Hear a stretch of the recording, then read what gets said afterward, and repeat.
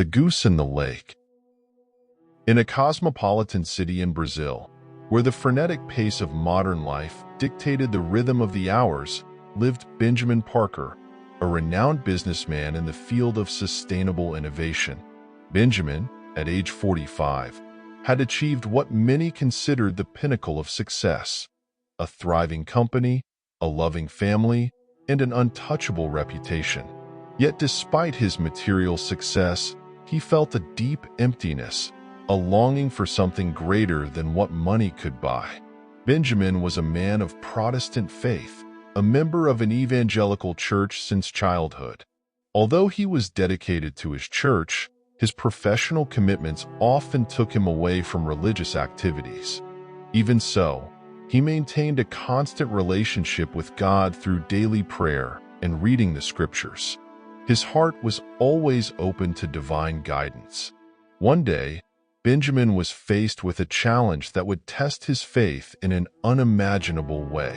He had developed an innovative project that promised to revolutionize the way cities dealt with garbage and organic waste. The system, called EcoVita, was an advanced composting technology that transformed organic waste into biogas and natural fertilizers in an efficient and sustainable way. However, to launch the project on a large scale, Benjamin needed an investor willing to finance the final phase of development. After several failed attempts to find a financial partner, Benjamin was ready to give up. He had exhausted all his resources, and his investment capital was dangerously low. One night of despair, Benjamin knelt in his empty office and prayed fervently, saying, "Lord, I know this project has the potential to help many people in our environment. If it is your will, please open a door so I can continue." Weeks passed, and nothing. Deep down, Benjamin's good intention was worthless if he couldn't execute it. One morning, as usual, Benjamin was walking in a city park and, upon seeing strange movement in one of the large lakes around him, he stopped to understand what was happening. It was at this moment that he saw a large goose struggling, trying to free itself from something stuck around its neck. Because it was very early, around 5 a.m., the park was empty. Benjamin tried to shout for a park worker or security guard, but it was in vain. Nobody showed up. Then, overcome by a feeling of compassion, Benjamin does the unthinkable, and he jumps into the lake of icy waters, swimming until he reaches the bird. Not knowing what to do right, he somehow tries to open the goose's beak and inserts his hand into the animal's throat, and quickly manages to remove an object that certainly shouldn't be there. It was a small bottle of soda that was certainly thrown into the lake by someone with no respect for nature. This feat made the poor animal recover and return to normal, leaving the place scared and flying. Benjamin, at that point, was already being watched by a dozen people who noticed the movement and heard the noises. When people noticed what he was doing, they applauded his achievement and helped him get out of the lake. One of these people was David Thornton, an influential international investor known for his keen intuition and business acumen. David was in Sao Paulo for a series of meetings and was walking through the park that morning. Intrigued by Benjamin's attitude and risking his own life to save the poor goose, David decides to find out more about him and invites him to lunch that day, and in a light and natural way, the two developed a friendship that would later last for life. Benjamin, once he found out who it was, inevitably realized that before him was the chance he had prayed to receive. But he also knew he needed to present his project perfectly. Despite the joy of making a new good friend, Benjamin still had a purpose to fulfill. He worked tirelessly to prepare a presentation, perfecting every detail. However, a series of technical setbacks threatened preparations, leaving Benjamin distressed and desperate. David happily agrees to hear about his project and arranges a location 3 days after the event. The night before the meeting, Benjamin went to church. During the service, he prayed silently, asking for strength and wisdom. The pastor, noticing Benjamin's restlessness, approached and prayed with him, asking God to guide his steps and grant him peace. "Trust in the Lord with all your heart and lean not on your own understanding," the pastor said, citing Proverbs 3 verse 5.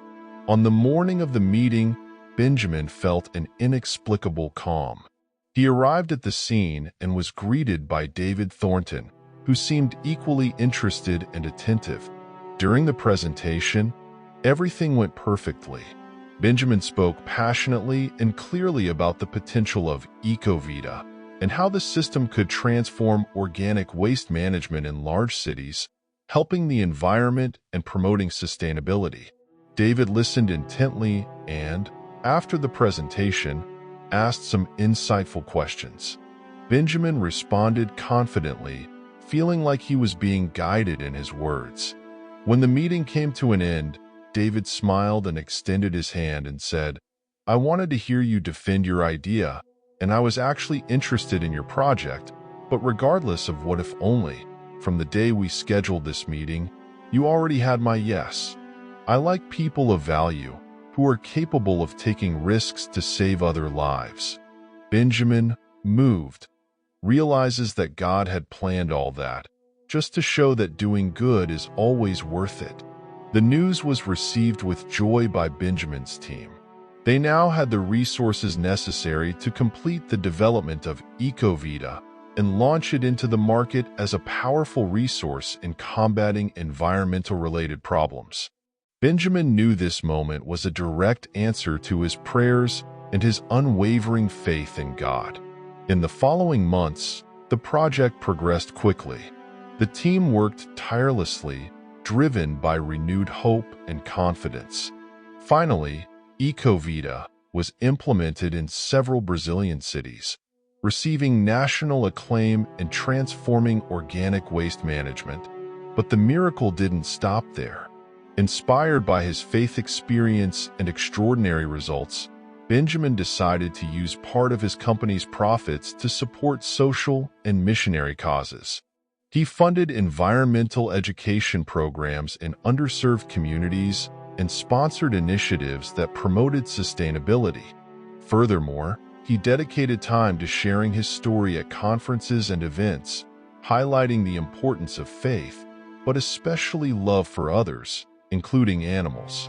Dr. David Thornton, the investor who had believed in Benjamin's project, was so impressed with everything that had happened that he rethought his entire life. He, who always considered himself a pragmatic businessman, began to reflect on the influence of faith and the attitude of saving a life. In private conversations with Benjamin, he explored the idea that success is not just the result of individual efforts, but also of divine intervention. The partnership between Benjamin and David flourished, leading to new innovations and joint projects. Both came to see their achievements not just as professional achievements, but as opportunities to serve a greater purpose. EcoVita continued to evolve, incorporating new technologies and reaching global markets, but its true impact was measured in the lives it touched and transformed. Benjamin never forgot the night he prayed for a miracle in his office. He knew that, without divine intervention, none of this would have been possible. His faith, strengthened by his good heart, guided all his future decisions, both in business and in life. Do not hesitate to do good.